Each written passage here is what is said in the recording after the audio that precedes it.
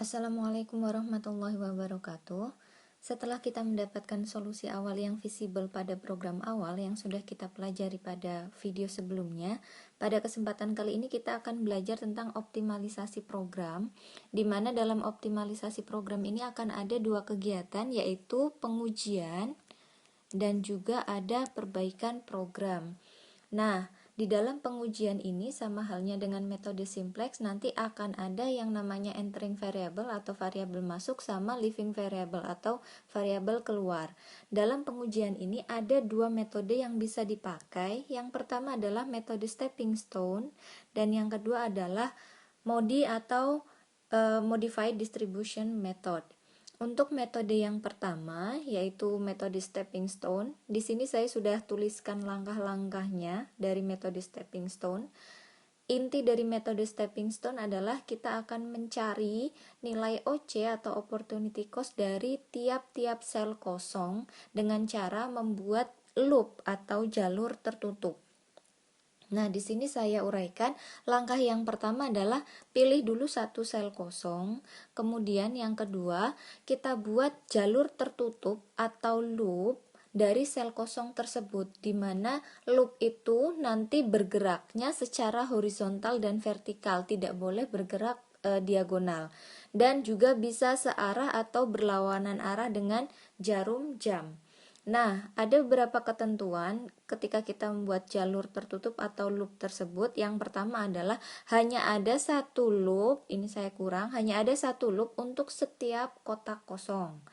Ketentuan yang kedua adalah baik kotak terisi maupun kotak kosong dapat dilewati dalam penyusunan loop. Tapi yang harus diingat di sini adalah bahwa pojok-pojok loop atau sudut-sudut loop itu harus berada pada sel yang terisi, tidak boleh berada pada sel yang kosong. Nah, untuk langkah yang ketiga, setelah loopnya itu terbentuk, kita akan memberi tanda positif dan negatif secara bergantian, dimulai dari sel kosong yang terpilih. Jadi sel kosong nanti kita tandai plus, kemudian di sudut berikutnya kita tandai negatif, dan seterusnya secara bergantian pada setiap sudut loopnya. Kemudian langkah yang keempat, setelah kita tandai plus min secara bergantian, kita hitung opportunity cost dengan cara menjumlahkan dan mengurangkan semua biaya transportasi yang ada pada pojok-pojok loop atau sudut-sudut loop sesuai dengan tanda yang sudah diberikan. Jika tandanya plus berarti dijumlahkan, jika tandanya negatif maka nanti dikurangkan. Nah, kemudian untuk langkah yang kelima, setelah nilai OC dari setiap sel kosong itu diperoleh, kita cek jika masih ada OC yang negatif, maka program tersebut belum optimal. Berarti harus ada program perbaikan pada langkah berikutnya. Nah, itu gambaran besar tentang langkah-langkah metode stepping stone. Saya langsung jelaskan di contoh. Contoh yang saya gunakan di sini adalah contoh yang sama dengan video sebelumnya, dan di sini saya tuliskan tabel solusi awal yang diperoleh dengan metode inspeksi atau metode biaya minimum. Jadi sebetulnya untuk mencari OC kita bisa menggunakan solusi awal yang mana saja ya. Jadi tidak harus metode inspeksi, cuma dalam kasus ini saya mencari OC dari solusi awal yang diperoleh dengan menggunakan metode inspeksi atau biaya sel minimum. Nah, saya akan jelaskan lagi tentang metode stepping stone, langkah-langkahnya. Yang pertama adalah kita harus memilih satu sel kosong. Saya pilih dulu sel 11 baris pertama kolom pertama. Kemudian setelah kita memilih sel kosong, kita membuat loop pada sel kosong tersebut. Ingat bahwa loop itu pojoknya harus berada pada sel yang terisi. Nah, di sini untuk sel 11 loopnya seperti ini. Ini bergerak ke kanan, kemudian bergerak ke bawah, bergerak ke kiri, kemudian ke atas, kembali ke sel kosong tersebut. Jadi yang namanya loop itu memutar atau lintasan tertutup. Bentuknya tidak harus selalu kotak, tapi bisa selain kotak atau persegi juga bisa nanti. tergantung kesediaan sel yang terisi atau sel pojok-pojoknya itu yang ada seperti apa. Nah, kemudian setelah kita bentuk loopnya, oh ya, loop yang tadi saya bentuk itu saya bergerak ke kanan, tapi bisa juga loop itu bergeraknya ke bawah dulu. Jadi pertama ke sini, ke kanan, ke atas, kemudian ke kiri. Nah, di sini bisa dilihat bahwa pojok-pojoknya loop atau sudut-sudutnya loop itu berada pada sel yang terisi. Jadi tidak boleh pojok loop itu berada pada sel kosong. Jadi misalkan ada yang membuat loopnya itu seperti ini, itu tidak boleh karena pojok-pojoknya itu sel kosong. Atau misalkan saya buatnya seperti ini juga tidak boleh walaupun ada satu sudut yang terisi, tapi sudut-sudut yang lain itu kosong. Ya, jadi sekali lagi untuk membuat loop itu pojok-pojoknya atau sudut-sudutnya harus berada pada sel yang terisi, kecuali pada sel kosong tersebut. Ini jadi bergerak ke kanan, ke bawah, ke kiri, dan ke atas. Ini adalah loopnya, ini pojok-pojoknya. Nah, setelah loopnya itu terbentuk, kita akan memberi tanda plus dan minus secara bergantian dimulai dari sel kosongnya.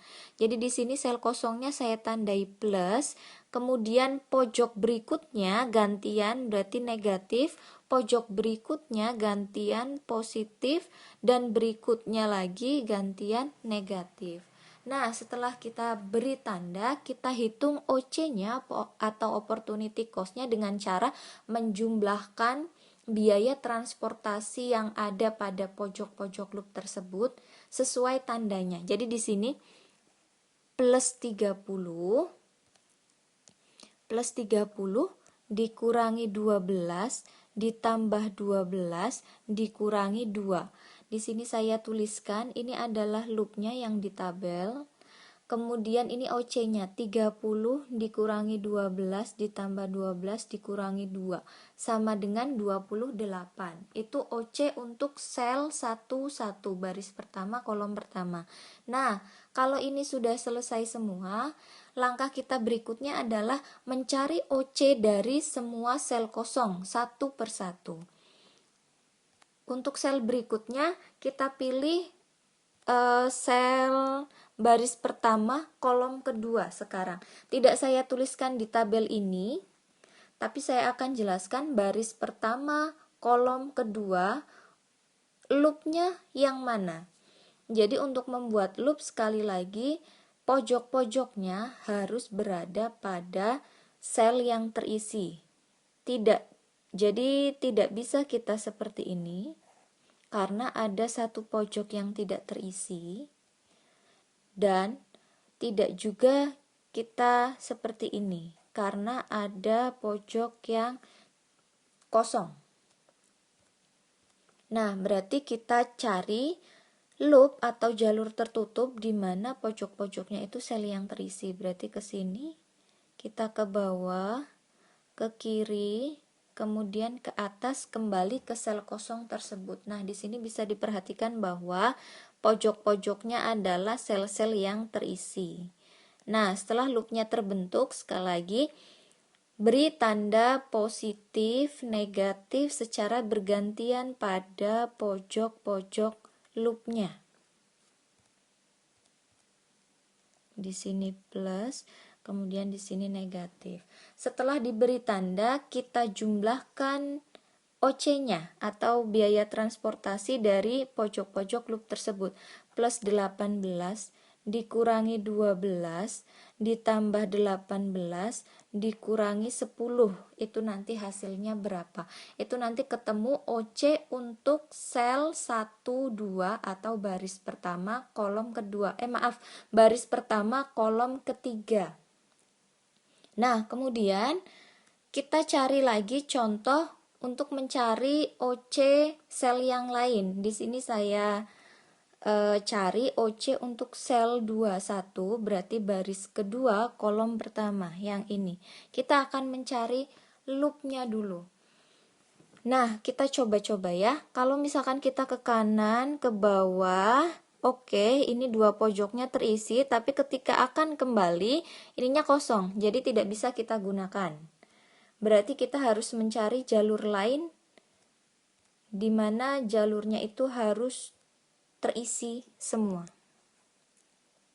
Ini, nah, jalurnya adalah yang pertama, kita, kalau di sini kasus ini jalurnya tidak kotak, jadi pertama kita ke sini, kemudian ke bawah, ke kiri, ke atas, ke kiri, kemudian kembali ke sel kosong tersebut. Jadi sekali lagi, loop itu tidak harus selalu berbentuk kotak atau persegi panjang, tapi bisa juga bentuk yang lain selama itu tertutup dan pojok-pojoknya berada pada sel yang terisi. Ini kalau dilihat loopnya, pojoknya terisi, dan terisi. Nah, setelah kita membuat loopnya, kita beri tanda plus dan minus secara bergantian pada pojok-pojoknya. Dimulai dari plus, kemudian di sini minus, kemudian pojok berikutnya plus, pojok berikutnya minus, berikutnya plus, berikutnya minus. Kemudian tinggal kita jumlahkan biaya transportasi sesuai tandanya. Berarti plus 24 dikurangi 2 ditambah 24 dikurangi 18 ditambah 12 dikurangi 2. Hasilnya adalah 38, ada di tabel. Nah, itu contoh untuk sel kosong 21 atau baris kedua kolom ke-1. Sekarang kita akan satu contoh lagi, sel 22 atau baris kedua kolom kedua, berarti yang ini. Kita akan membuat loopnya. Nah, kira-kira bagaimana loopnya? Ini bisa dilihat kalau kalian bisa mencari, loopnya itu tidak berbentuk sebuah persegi atau persegi panjang. Misalkan seperti ini tidak bisa karena yang pojok atasnya ini selnya kosong. Jadi kita harus mencoba alternatif jalur yang lain, yaitu yang pertama kita bergerak ke kanan dulu, baris kedua kolom kelima, kemudian kita bergerak ke bawah, kemudian kita ke kiri satu langkah, kemudian kita ke atas,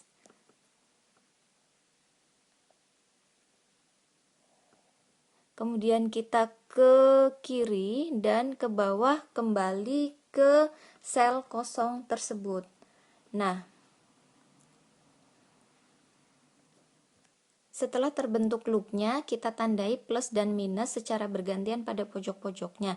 Ini bisa dilihat bahwa pojok-pojoknya semua berada pada sel yang terisi. Ya. Kemudian kita tandai plus dan minus pojok-pojoknya secara bergantian dimulai dari tanda plus pada sel kosong.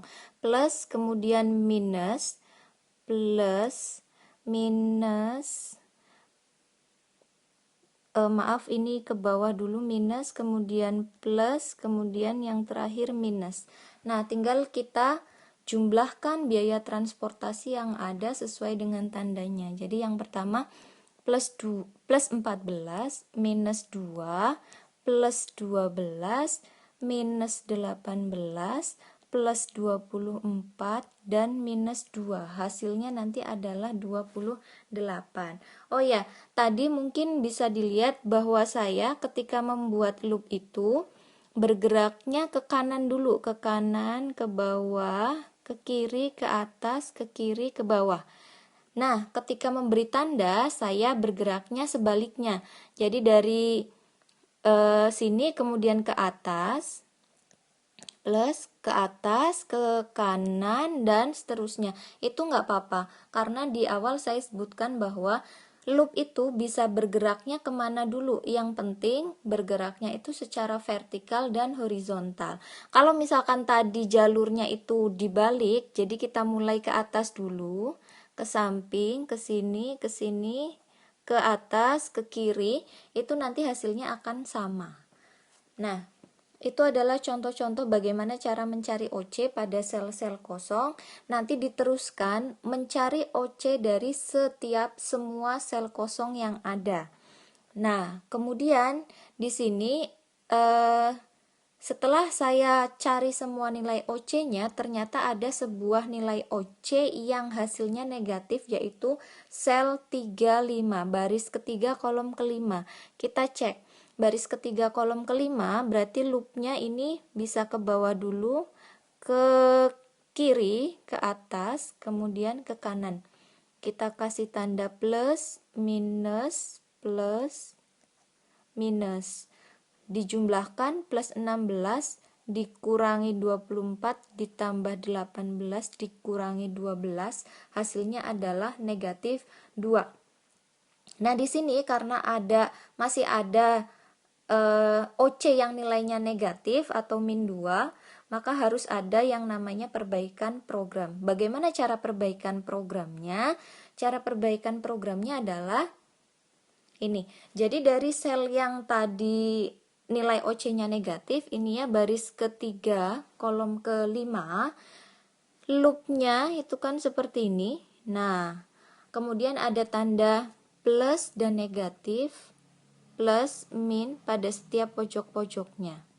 Nah, untuk perbaikan programnya, langkah pertama adalah kita lihat banyaknya barang atau banyaknya kapasitas barang yang ada pada sel dengan tanda negatif. Jadi di sini yang diperhatikan adalah sel dengan tanda transportasinya itu biaya transportasinya negatif. Jadi di sini ada 2. Nah, yang saya tandai merah. Kemudian setelah kita tahu, maksudnya setelah kita tandai biaya transportasi yang tandanya negatif, kita lihat di situ banyaknya barang yang ada di situ, yang paling kecil itu yang mana? Kita di sini bisa lihat bahwa di yang 12 sama 24, di sini kan ada komoditas atau kapasitas barangnya ya, ada 450 sama 180. Pilih yang paling kecil dari yang tandanya negatif. Nah, di sini yang tandanya negatif ada barangnya ada 450 sama 180, berarti kita pilih yang 180 ini kita pilih. Pilihnya itu untuk apa sih? Nah, kita pilih 180 untuk proses ini. Jadi, ini kan tandanya negatif, berarti yang tandanya negatif akan dikurangkan dengan 180, yang tandanya plus akan dijumlah atau akan ditambah dengan 180, yang tandanya negatif itu berarti nanti dikurangi dengan 180, yang tandanya plus lagi di sini berarti ditambah dengan 180. Nah, seperti pada slide ini tadi ya, yang awal seperti ini loopnya, kemudian ini tanda negatifnya, dan yang akan kita pindah adalah yang paling kecil yaitu 180. Kita pindah. Kalau yang plus berarti yang atas ini kita tambahkan dengan 180, tadinya nggak ada, jadi 180 ini di tabel yang sebelah kanan. Kemudian di yang sebelahnya yang 450 ini karena tandanya negatif, berarti kita kurangkan dengan 180, hasilnya 270.